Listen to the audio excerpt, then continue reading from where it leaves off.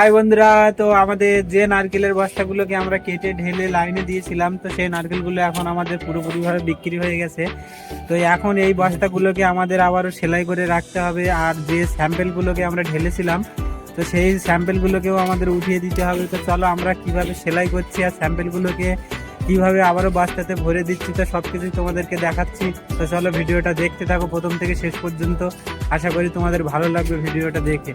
যে গোডাউনটাতে আমরা এখন এসেছি সেলাই করার জন্য, তো এই গোডাউনটা পুরোপুরি ভালো কোয়ালিটির নারকেল আসলে যখন আমরা যে গোডাউনটাতে খালি করি সেই গোডাউনটাতে এসেছি আমরা সেলাই করার জন্য। তো এই গোডাউনটাতে টোটাল নারকেলের বস্তা আছে 1270, আর এই বস্তাগুলো পুরোপুরিভাবে সেলাই করতে হবে আমাদের 10 জনের।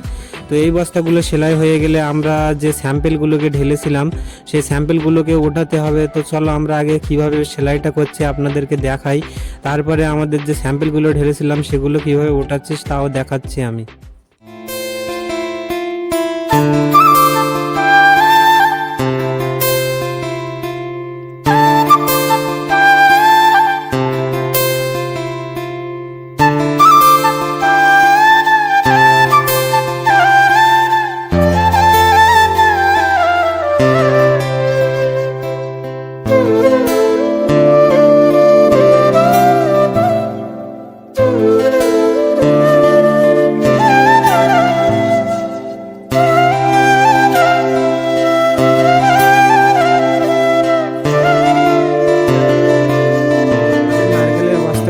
কিভাবে সেলাই করতে হয় সেই বস্তাগুলো আমি পুরোপুরিভাবে আপনাদেরকে দেখালাম।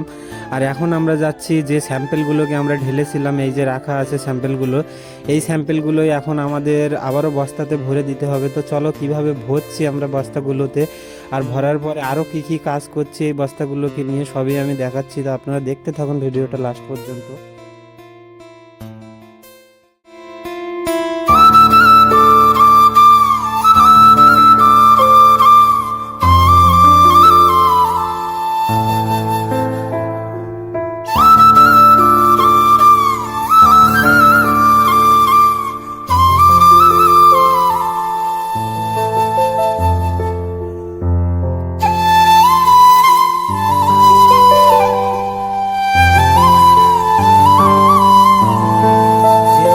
বস্তাগুলোকে আমরা স্যাম্পেল হিসেবে ঢেলেছিলাম, তো সেই নারকেলগুলোকে আমাদের এইভাবে ঠিক বস্তাটাতে আবারও ভরে দিতে হবে।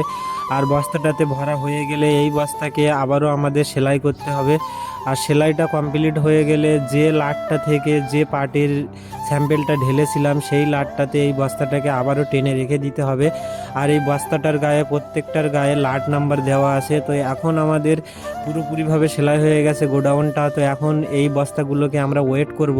তো কিভাবে ওয়েট করছি আমি পরে একটা ভিডিও বানিয়ে আপনাদেরকে দেখিয়ে দিচ্ছি। তো চলো দেখা।